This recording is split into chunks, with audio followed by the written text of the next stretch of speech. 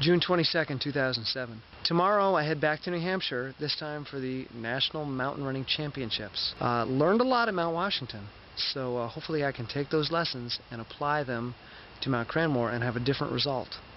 Still not 100%, still feeling kind of ill. My head cold has not entirely gone away yet.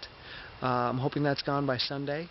But I'm not going to use that as an excuse. Actually, I'm going to use that as a reason to slow down in the first of the 3 laps in this race. So we're ready.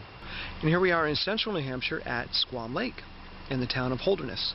Now, not only is it one of the prettiest lakes in the country, but it's famous because this is where On Golden Pond was filmed with Henry and Jane Fonda. Here we are on top of Mount Cranmore. We just were walking the race course. 3 kilometers of uphill.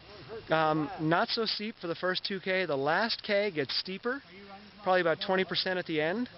But we're now standing on top of the downhill, which is about 1.5 K of downhill, and looks like it's about a 30% slope. This is steep. The trail's all roots and rocks and divots and holes and steep as all heck. People are going down. There's going to be blood on the course tomorrow. Caution, rocks. Like that? That could really trip you up. This is going to be fun.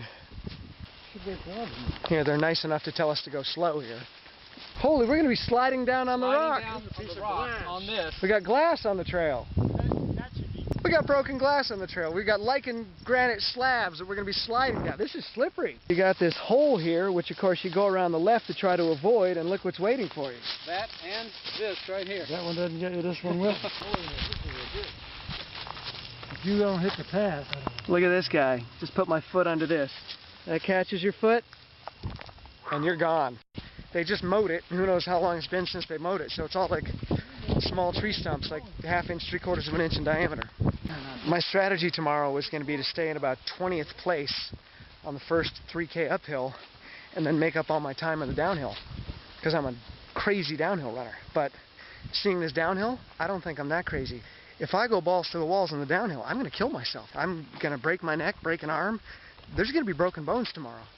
I'm honestly concerned. So I'm here in North Conway at a sporting goods store looking for protective gear for tomorrow's race. So I'm going to get some gloves to protect my hands. Going to need the athletic supporter. What if they have hockey pads? So I'm looking at weightlifting gloves, which I'm going to be wearing in the race tomorrow because the downhills are so dangerous. I'm counting on falling. So I'm making sure that I'm protecting my hands from the rocks and the stumps and the spiky, trees that are about, 1/4 inch, 1/2 inch in diameter, that if you fall on, they're going to go right through your hand. That would hurt. 7 in the morning, June 24th. In 2 hours, I will be running in the National Mountain Running Championships. The trail is incredibly dangerous, so I'm taking some precautions. I went out and got some weightlifting gloves, and I just finished taping up my ankles, kind of like a boxer tapes up their hands. And hopefully that protects me, so I don't sprain, break, twist, fall. Safety first, always, right? So we're heading to the mountain now. 45 minutes before the start of the race. Out here warming up. Incredible competition. People coming out of the woodwork that haven't done a lot of mountain races, but are top marathoners, top 10K racers, top all kinds of racers are here to try to make the US Mountain team. So really, really strong field. In fact, I bumped into Ricky Gates last night. Ricky was 3rd at the Empire State Building stair climb, so he was the first American up there. So he's excited about this race. He's also concerned about the downhill, as is everybody. So oddly enough, there are only 2 Californians in the race today. I mean, it's the national championships, and there are only 2 Californians. We've got the Sierras. What's going on here? But the strangest thing of all, both Californians, one being me, and the other being Chris Lundy, is a girl that I went to high school with in Vermont, who's been on the US mountain running team for several years. And I haven't seen her since high school. It's been 21 years. And she's now one of the best mountain runners and marathoners in the country. She's made the Olympic trials and the marathon. So the 2 Californians are actually from Bennington, Vermont. Kind of neat. I also bumped into my mentor today, Dorcas Den Hartog, who is now Dorcas von Savage. Dorcas is like this Scandinavian goddess. She was a senior at Middlebury College when I was a freshman, and she had already made an Olympic team. So here I am, this freshman, coming into school to ski race, and there's this woman who's already an Olympian, and I was like, oh! She convinced me to take dance classes because she said it would make my kinesthetic awareness better for skiing. Dance opened up a whole new world of expression for me, which led to acting. So before you know it, I became an actor. I quit skiing. I ended my athletic career at the age of, 19, 20, and started acting, which is why I moved to Los Angeles, which is how I became vegan, which is how I became raw, which is why I'm back here in New Hampshire. So it's really Dorcas's responsibility that I'm here. It's kind of funny. So great to see her. She found out about what I'm doing, and she's very supportive. She's like, oh my God, that's really neat, because she's been a coach. And as a coach, especially coaching female athletes, they're very concerned about diet, and there's a lot of anorexia and bulimia, and you got to keep the fat down. Well, this is a way to eat all you want and not have to worry about that. So to be totally honest, I'm kind of surprised to find myself here today after the Mount Washington race, or during the Mount Washington race, I say, the second half. I felt totally defeated.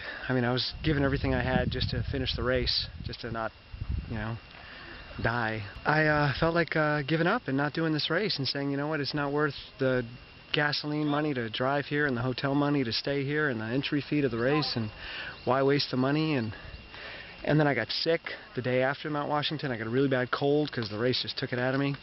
I've been sick all week. I'm still not better today, but I'm here, and I'm not giving up this time. I'm not going to give in. No excuses. I don't care if I'm sick. I'm going to go out there and give it everything I've got anyways. And I'm excited. I feel good. I feel confident. I'm going to run the best race I can. That's all that matters. It's not about winning the race. It's not about making the US team.